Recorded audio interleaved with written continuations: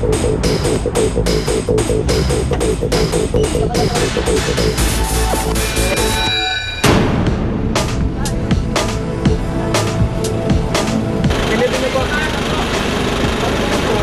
na po kayo, Manong? Ha? Kinuha yung mga pangalan nila, yung mga yung edad. Tapos tinatanong ko kung ilang beses na dala dito sa Padilla. Bibigyan namin ng kopya yung social worker. Interview namin ng social worker po yan. Ang Jose Pabella kasi is temporary shelter yan eh, no? Kinakalinga talaga ang bawat kliyenteng napupunta rito. Talagang ina-assess yung kalagayan ng bawat kliyente rito. Tinitingnan kung ano yung kanilang mga lakas nila, yung kahinaan nila, na kung para ma-assess kung ano yung tulong na may bibigay ng center sa kanila, no? Para sila maging productive. Nakita kayo ng MMDA doon. Ano ginagawa niyo sa kalye? Ba't natutulog doon? Wala pong yung bahay. Bakit wala kayong bahay? May binigay kang address dito, oh. Ba't tayo niyo nang uwi sa bahay? Nangangalal po kami natulog. Anong ginagawa niyo doon? Nangangalal.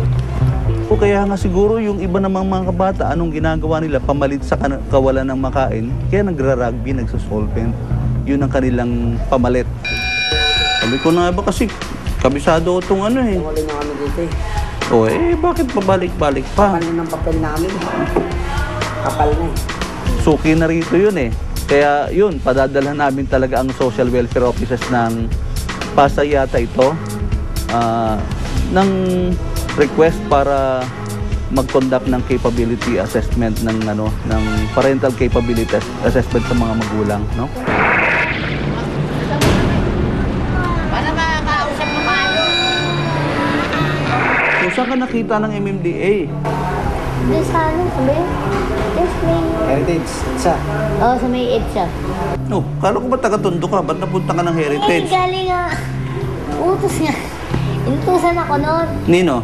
Nung ate ko. Anong ginagawa mo doon sa Heritage, sa EDSA? May pinuntahan ako doon. Doon sa Heritage? Alam mo yung may usong sa may Vilma Santos. Nakita ko yung picture ni Vilma Santos doon. Doon ka pinapapunta ng ate mo? Sa Nakarating na ako doon. okay. Anong nangyari? Naubos lang ho yung 200 ko eh. Anong ginawa mo doon? Ba't naubos? Hindi ko lang tinapay. Paano? Siyempre, ang halingan, tinapay. Teka. Magulong kausap at iba-iba ang mga sinasabi na siya ay nagpunta kay Vilma.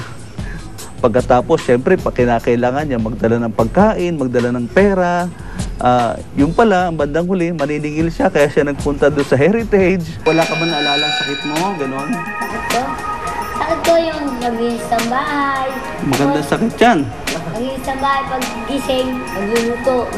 Madaling sabi, medyo talaga merong siguro kinakailangang ibigay na medical attention sa kanya para makita ano bang problema talaga. Sa pag-iisip ba? O magulo lang yung sitwasyon niya. Saan ka nakatira ngayon? Sabi mo na sa totoo, sir, galing ako Mindanao. Oo. Pinuntahan ko na lang sa Makati. Punta ko na, may unit sa Pacific Plaza Condominium. Nakunta ko na yung... Doon nakatira yung nanay mo? Oo.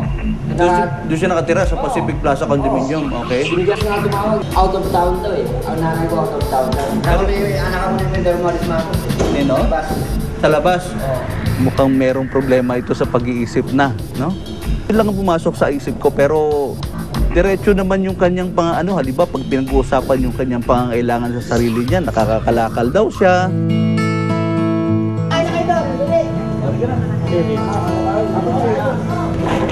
Lord. Talagang may This sakit. can you're about to receive. Dahil bounty.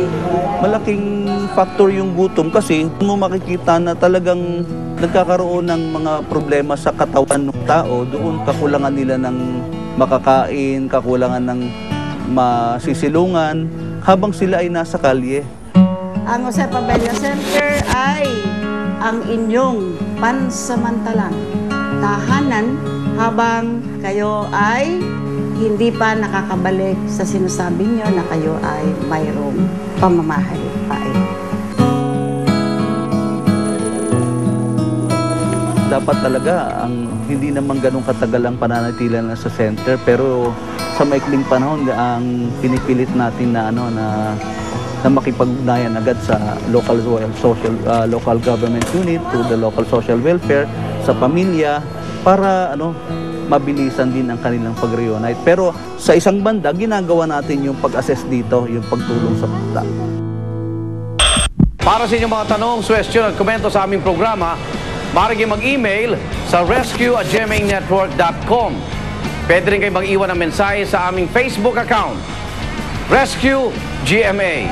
Hanggang sa susunod na Webes, ako naman Arnold Clavio. Ito ang Rescue Alerto sa kaligtasan mo.